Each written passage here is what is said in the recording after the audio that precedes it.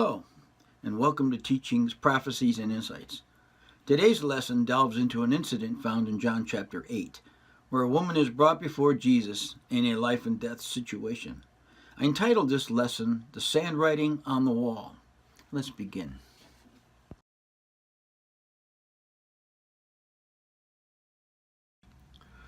One day, as I was perusing through the Old Testament, a verse just seemed to jump right out at me, and a voice said to me, "That's what Jesus wrote." So I immediately went to John chapter 8 and began an exhaustive study into the events of that day. What I found was quite revealing, and I hope that you think so too.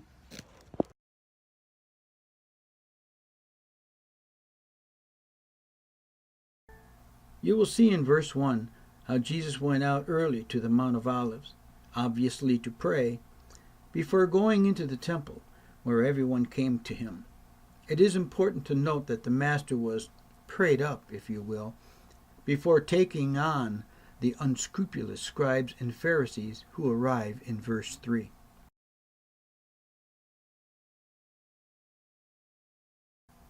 Now when these scoundrels arrive on the scene, they are rowdy, rude, interruptive, and obnoxious. They were probably dragging this woman, exposing her sin publicly, and I'm sure they were not very gentle as they set her before Jesus. Now the next few verses are very critical, because they set the dialogue by which Jesus is able to dismantle their logic and their reasoning, as I will demonstrate. First, they establish their position by making the claim that she was taken in the very act. Now, in the very act suggests that she was either caught or snared while in the very throes of passion. Now, in order to do this, they would have had to know who she was with, where, and when to find her. Next, they reveal their true intentions by using the Mosaic law to force Jesus to make a public response. They were hoping to trip him up, to catch him off stride. This wasn't about the woman. She was just bait. They were after a big game.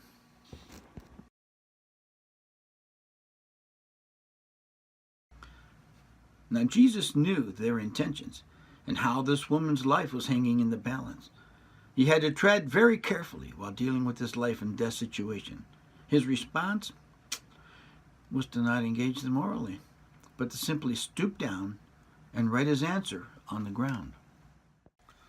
Now, before I reveal what I believe to be the response, I would like to ask, do you know what Old Testament law was being referred to? And do you know where it is found? Well, the verse of Scripture that jumped out at me and started the study is found in Leviticus chapter 20, verse 10. It says, and I quote, "And Jesus wrote, and the man that commits adultery with another man's wife, even he who commits adultery with his neighbor's wife." Upon writing this, amongst the heckling of the scribes and the Pharisees, stands up and makes this statement. And then he stoops down and finishes his response.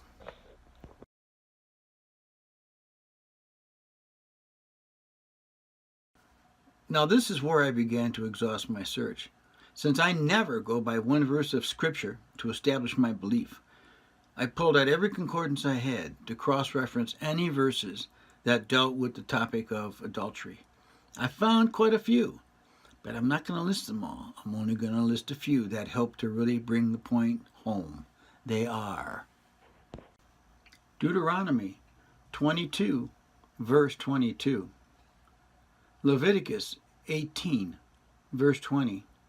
And finally, Exodus 20, verses 14 and 17. Now, I don't know if you've noticed or not, but unless you're lesbian, all these verses address the man.